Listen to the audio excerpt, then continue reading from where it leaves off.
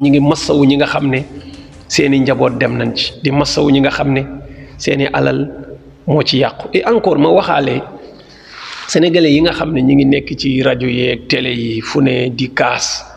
alal ji ñu yàq taal université lu garaawee ni musta am ay waay ruus leen ngir yàlla. yow ku rey bakkan ñu koy yemalee ku taal benn magasin c'est-à-dire bakkanu doomu aadama léegi ni ñu ko woyofalee dafa jéggi dayo verdict bi mu génnee am na ay magasin yu ñu taal mooy conséquences yi am na ay kër yu ñu ci taal mooy conséquences yi université gis ngeen la fa tàkk kenn xamul nu mu toll mais ñu reyaale ci ay vingtaine de bakkan ñaar fukki bakkan ak lu topp ñu ne fa kupp bakkan ya naan li nu ñàkk ci ay magasin li nu ñàkk ci université taal nañ pavillon ba taal nañ bus yi lii dafa garaaw lii foog ñu topp ko mën a waa bakkan yi dee yéen da ngeen ko bëgg a woyofal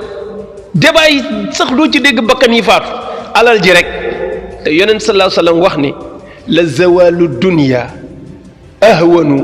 ala allahi aw inda allahi min qatli imri'in muslim aw mu'min yonent nee na wallahi ngeen këpp ab univers wu lëm moo xam nga yow Sénégal nga nekk ñu ne la àddina wërngal këpp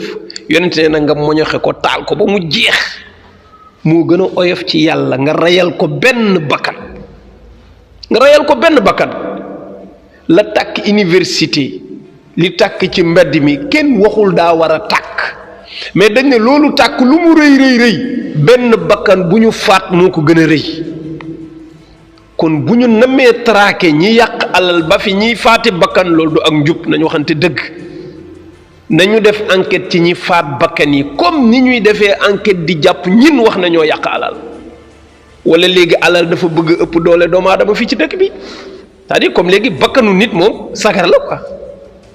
ndeysaan man am naa sam benn xarit oustaz dañu toj otoom dañu toj pare-brise bi mu ko yégee ma woo ko di ko massawu mu ne oustaz jaru ko de man de yàlla seede ne bu ñu taaloon oto bi ba mu jeex tàkk te benn bakkan deewu ci moo ma gënal waaw ne li ma yor yëpp ci alal man mu lakkoon ba jeex te benn bakkan bañ cee faatu moo ma gënal ma naan sama oto bi dem na te fekk am na bakkan bu ci des ma ne ko yow xam nga luy valeuru nit yow xam nga luy valeuru nit kenn du ko wecceeg matériel moo tax damay rus bu ma gisee ñuy xëyma dégâts yi ne ci matériel yi bàyyi bakkan yi te ñun bakkan yi gën a cher la nu ñàkk mooy bakkanu ndaw nga xam ne mooy ëllëgu réew ay ndawu 25 ans ay ndawu 20 ans ay ndawu 19 ans ay ndawu 30 ans nga xam ne ñooñu ñoo toll ci digg liggéeyu réew mi loolu moo ëpp ay milliards sëriñ bi moo ëpp ay milliards su ko defee yooyu ñu am ci kersa ñu bàyyi ci xel